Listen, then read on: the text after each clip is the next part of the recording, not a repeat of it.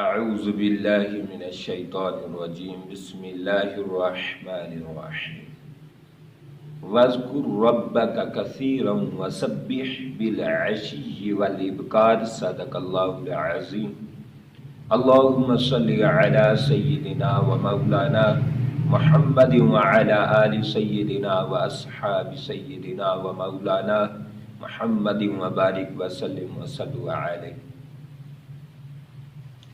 اللہ رب العالمین نے حضرت زکریا علیہ السلام آپ کا ذکر فرمایا کہ وہ دعائیں کر رہے تھے کہ مالک و مولا مجھے ذریۃً طیبۃً انک سمیع الدعاء، پیارے اللہ مجھے نیک بیٹا عطا کر، اچھی اولاد، پاکیزہ اولاد عطا کر۔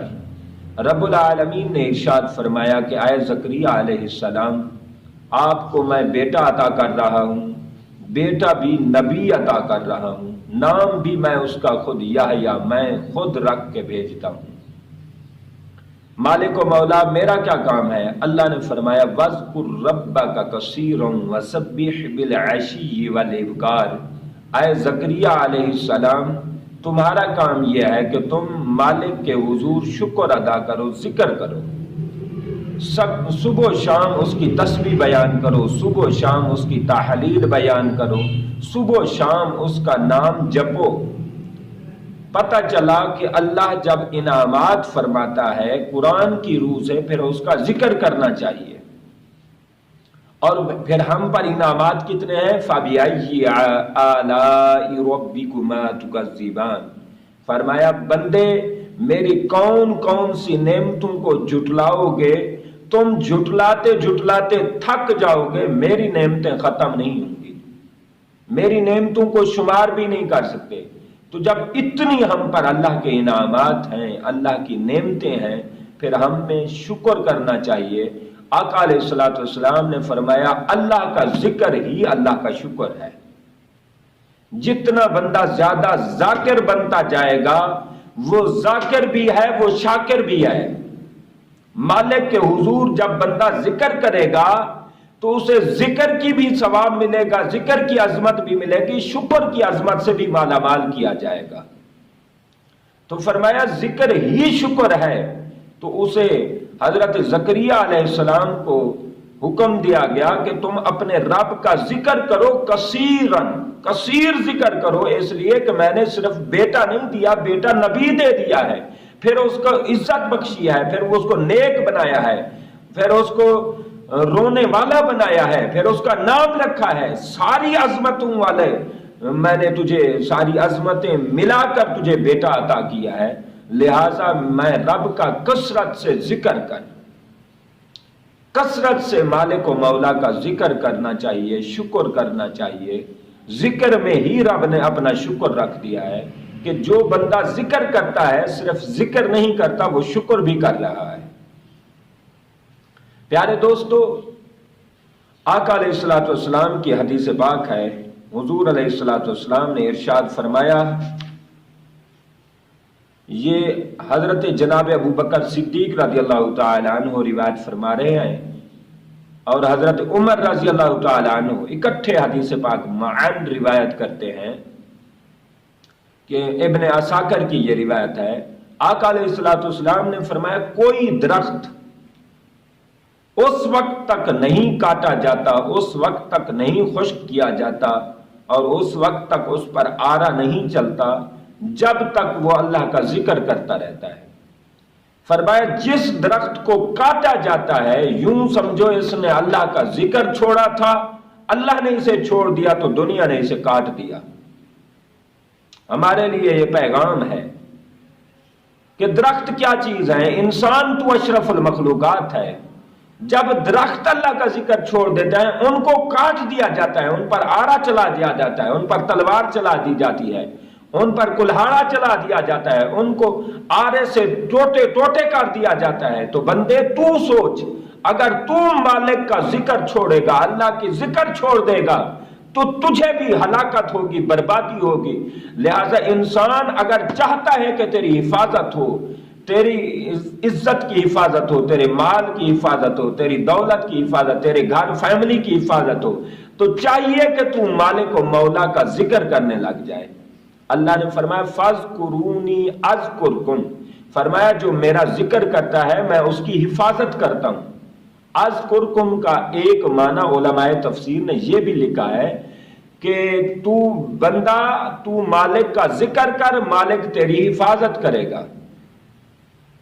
تو پیارے دوستو یہ ہے انداز کہ جب تم ذکر کرو گے، اور جو ذکر درخت چھوڑ دیتا ہے وہ درخت صفحہ ہستی سے مٹ جاتا ہے، وہ نام و نمود اس کا ختم ہو جاتا ہے۔ لہٰذا آپ سمجھیں کہ آپ اگر اللہ کا ذکر نہ کریں تو یہاں کیسے قائم و دائم رہ سکتے ہیں؟ ہمارے قائم و دائم رہنے کے لیے، یہاں ثابت قدم استقامت کے ساتھ رہنے کے لیے، حفاظت کے ساتھ یہاں رہنے کے لیے ہمیں اللہ کا ذکر کرنا ہوگا، ہمیں مالک کا ذکر کرنا ہوگا۔ آقا علیہ الصلوۃ والسلام نے فرمایا قیامت تک کوئی درخت ایسا نہیں جس کا کوئی اللہ کا ذکر نہ چھوڑ دے اور وہ کاٹا جائے، ایسا نہیں ہو سکتا۔ جو بھی اللہ کا ذکر چھوڑتا ہے اسی کو کاٹا جاتا ہے۔ اسی طرح جو بھی جانور ہے اللہ کا ذکر جب چھوڑ دیتا ہے وہ شکار کیا جاتا ہے، وہ دشمن کے حملے میں آ جاتا ہے، وہ مار دیا جاتا ہے۔ لہٰذا ہمارے لیے بہت بڑا سبق ہے کہ ہم کسی حال میں بھی مالک کا ذکر نہ چھوڑیں، ہم ہر حال میں اللہ کا ذکر کرتے چلے جائیں۔ آقا علیہ الصلوۃ والسلام نے ارشاد فرمایا، یہ حدیث پاک روایت کرتے ہیں یسرا ابن سعد، یہ روایت کرتے ہیں مسند امام احمد بن حنبل میں، طبرانی میں، اور بھی حدیث پاک کی کتابوں میں آئی ہے۔ آقا علیہ الصلوۃ والسلام نے خواتین کے مجمع سے خطاب فرمایا اور فرمایا مومنوں کی خواتین تم اللہ کا ذکر کیا کرو، الحمدللہ، سبحان اللہ، اللہ اکبر۔ فرمایا ان کو ہاتھوں پر، انگلیوں پر گنا کرو، ان کو اپنی انگلیوں پر گنا کرو۔ حضور گننے کا کیا فائدہ ہے؟ آقا علیہ الصلوۃ والسلام نے فرمایا مومنوں کی خواتین تم کثرت سے اللہ کا ذکر کرو اور اپنی انگلیوں پر گنتے رہو۔ اپنی انگلیوں پر گنتے رہو گے تو غافل نہیں ہوں گے۔ لہٰذا اگر تم غفلت میں رہ گئے، پڑ گئیں، غفلت میں اگر تم پڑ گئیں تو تم اللہ کی رحمت سے محروم ہو جاؤ گی۔ لہٰذا تم کثرت سے اللہ کا ذکر کرو اور انگلیوں پر گنو۔ پیارے نبی، یہ گننے کا کیا فائدہ ہے؟ ہاتھوں پر گننے کا کیا فائدہ ہے؟ انگلیوں پر گننے کا کیا فائدہ ہے؟ آقا علیہ الصلوۃ والسلام نے فرمایا اس کا بینیفٹس یہ ہوں گے کہ جب قیامت والے دن ہاتھ بولیں گے، اعضاء سارے بولیں گے، تو یہ تمہارے اعضاء، یہ تمہارے ہاتھ اللہ کا ذکر کر کے تمہاری بخشش کرا دیں گے۔ اليوم نختم علی افواہہم وتکلمنا ایدیہم، اللہ فرماتا ہے ہم ہاتھوں سے بات کرائیں گے۔ تو کیسے وہ پیارے ہاتھ ہوں گے جو اللہ کے ذکر میں ہی بولنے پر لگ جائیں، اللہ کا ذکر کرنے لگ جائیں اس وقت جب کہ انسان مجبور جہان میں ہوگا، انسان کو ایک ایک نیکی کی ضرورت ہوگی۔ آقا علیہ الصلوۃ والسلام نے فرمایا اللہ تعالیٰ جہنم کو حکم دیں گے، جہنم جس نے بھی میرا ایک دفعہ ذکر کیا ہے، کسی جگہ پہ ذکر کیا ہے، کسی مقام پر ذکر کیا ہے، کسی لمحے میں، کسی وقت میں میرا ذکر کیا ہے، جہنم تو اسے نکال دے، میں جنت میں اسے داخل کرنا چاہتا ہوں۔ یہ حضرت انس روایت کر رہے ہیں۔ اگلی حدیث پاک سنیں۔ آقا علیہ الصلوۃ والسلام نے فرمایا، یہ حضرت ابو سعید خدری رضی اللہ تعالی عنہ روایت کر رہے ہیں۔ آقا علیہ الصلوۃ والسلام نے فرمایا قیامت والے روز اہل کرم والے لوگوں پر لوگ رشک کریں گے، ہش ہش کر اٹھیں گے اور حسرت کریں گے اور کاش کریں گے اور افسوس کے ہاتھ ملیں گے۔ حضور وہ کون لوگ ہیں؟ آقا علیہ الصلوۃ والسلام نے فرمایا وہ لوگ وہ ہوں گے جن پر اللہ کا کرم مسلسل بارش کی طرح برستا ہوگا، قیامت کے میدان میں بھی ان پر کرم ہوتا ہوگا۔ حضور وہ کون لوگ ہوں گے؟ فرمایا وہ اللہ کا ذکر کرنے والے۔ تو اللہ کے ذکر کی عظمت سمجھیں، اللہ کے ذکر کی شان و شوکت سمجھیں کہ اللہ کا ذکر کتنی بڑی چیز ہے۔ پیارے دوستو، ہم خود ایک دفعہ اندازہ لگائیں کہ آپ احباب، میں سب صاحب اولاد ہیں، ہم بہتر سمجھتے ہیں۔ وہ یہ ہے کہ اگر ہم سارا دن اپنے کام کاج سے تھک کے آئے نا، پریکٹیکل میں آپ کو ایک بتا رہا ہوں، ٹیکنیک بتا رہا ہوں کہ آپ سارا دن محنت کر کے، مشقت کر کے، بزنس کاروبار کر کے، سفر کر کے سارا دن آپ تھک جاتے ہیں، تھکن کا شکار ہو جاتے ہیں، تھکاوٹ بہت زیادہ ہو جاتی ہے۔ جب آپ گھر کو لوٹتے ہیں تو ایک دفعہ آپ کی بچی یا بچہ ابو کہہ دے تو کتنی مزہ آتا ہے، ساری تھکاوٹ اتر جاتی ہے، ساری تھکاوٹ اتر جاتی ہے۔ کیا ہے کہ ہمیں ابو کہا ہے، تو پیارے ہمیں اگر کوئی ابو کہے ہم کتنا خوش ہوتے ہیں اور ساری تھکاوٹ دور ہو جاتی ہے، ساری الجھنیں، ساری پریشانیاں زائل ہو جاتی ہیں۔ تو پیارے ہم بھی کسی کے ہیں، بے شک وہ لم یلد ولم یولد، اس کی شان و عظمت ہے، اس کا مقام ہے، مگر اس کی یہ بھی شان ہے کہ اس کی محبت بھرا شان یہ ہے کہ کروڑوں والدین ایک طرف، کروڑوں والدین ایک طرف، مالک کی محبت بندے سے زیادہ ہوتی ہے۔ تو پیارے اگر ہمیں بچہ کہے ابو جی تو ہم کتنا خوش ہوتے ہیں۔ اگر ہم مالک کو کہیں بلا تشبیہ و تمثیل، ہم اگر مالک کو کہیں میرے اللہ، میرے پروردگار، میرا رحمان و رحیم کریم رب، میرا غفار و ستار رب، تو یقیناً وہ رب کتنا خوش ہوتا ہوگا اور اس کی رحمت کو کتنا جوش آتا ہوگا۔ بندہ جو پھر جیب میں ہوتا ہے نکال کے بچے کے لیے پھینک دیتا ہے اور بچے کی ہر ڈیمانڈز پوری کرنے کو آ جاتا ہے ادھار لے کے۔